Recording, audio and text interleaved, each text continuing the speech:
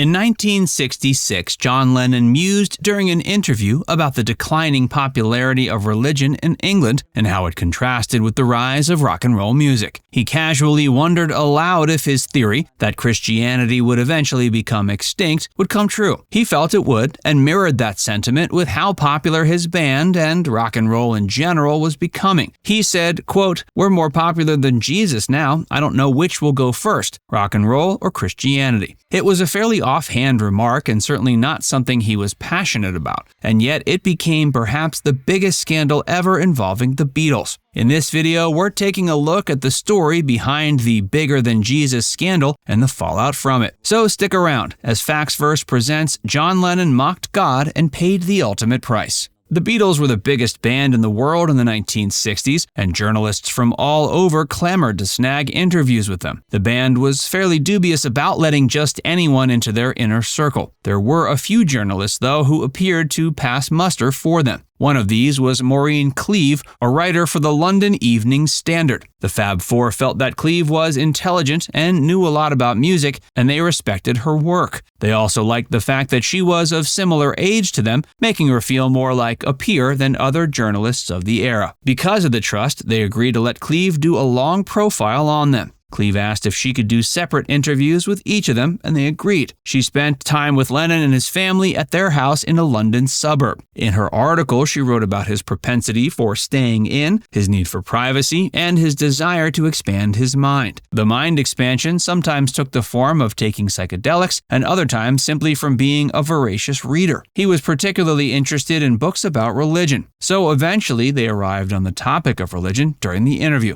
John made a casual reference to the band, and more likely he meant rock and roll music in general being more popular than Jesus. His point was simply noting the decline of the popularity of the church in England and the rise of new forms of worship, if you will.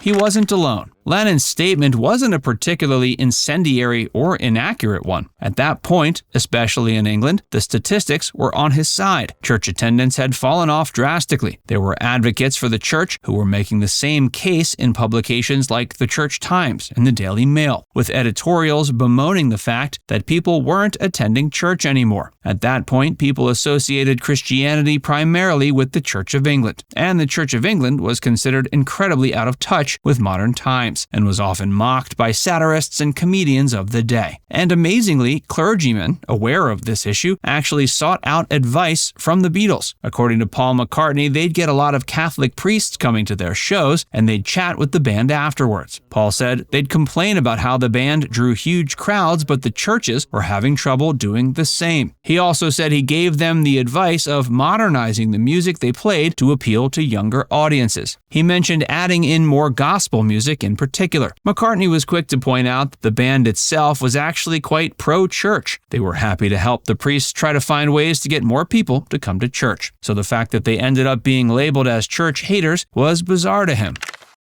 The Remark. The Remark was not initially even clocked as being anything mildly controversial. It was included in the London Evening Standard article, but wasn't part of the headline, nor did it get any kind of feature in the article itself. As such, it didn't initially cause a stir, but several months later, the article was brought to the attention of Arthur Unger, who ran Datebook magazine. Datebook was far from a stodgy conservative publication, though. It promoted edgy and liberal ideals and had done a fair amount of coverage on the Beatles. The Beatles were actually fans of the magazine, and they'd allowed Unger to join them on tours, given him great access, and generally treated him as an insider. And as he began covering them more and more, he saw the numbers for Datebook go up in big ways. As such, he was always on the lookout for new and interesting ways to write about them. When he read Cleave's piece, he thought it would be perfect for Datebook. He put them on the cover and decided to highlight two particular quotes. One was from McCartney, who said he couldn't respect a country, namely the US, that treated black people so poorly. He used different language that we'll steer clear of, but the sentiment was one of civil rights for black Americans. Unger also included Lennon's quote about not knowing if rock and roll or Christianity would go first. The issue was published July 29, 1966, and the Bigger Than Jesus controversy began.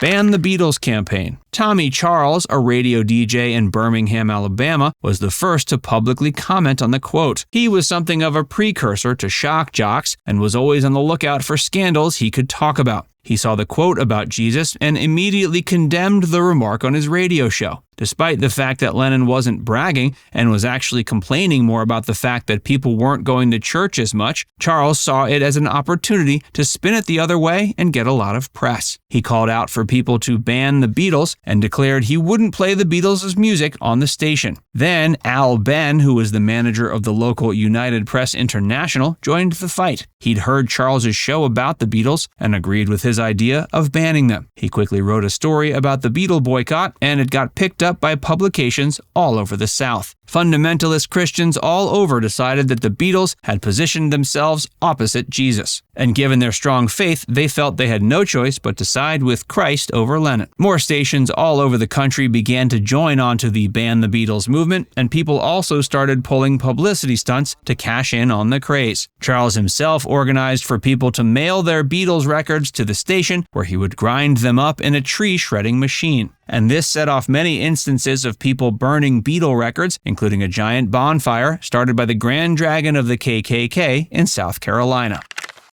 Lennon and the Beatles' response. The Fab Four generally found the whole affair pretty amusing. They knew John wasn't trying to be blasphemous, and he was simply pointing out a basic truth that was evident from the basic numbers. Paul later told a biographer that the band considered it hysterical, low-grade American thinking. And he said the band liked to point out that people had to buy their albums before they could break or burn them. He joked that it wasn't compulsory to listen to Beatles albums after purchasing them, so everyone was free to do whatever they liked with them. Lennon was asked for an apology for the remark, but refused to give one. He said he had forgotten even making the remark and that it was over and done either way. But the band's manager, Brian Epstein, realized that someone from the band's camp needed to say something. He ended up making a statement of apology to the press that Lennon begrudgingly okayed. In it, Epstein pointed out that the quote has been misrepresented. He reiterated that Lennon had been accurately pointing out the decline in church attendance, especially from youth in England, over the last several decades. He also pointed out Lennon was not trying to be boastful about the popularity and status of the Beatles. It was more that their effect was more immediate to members of the younger generation than perhaps the church's was at the moment.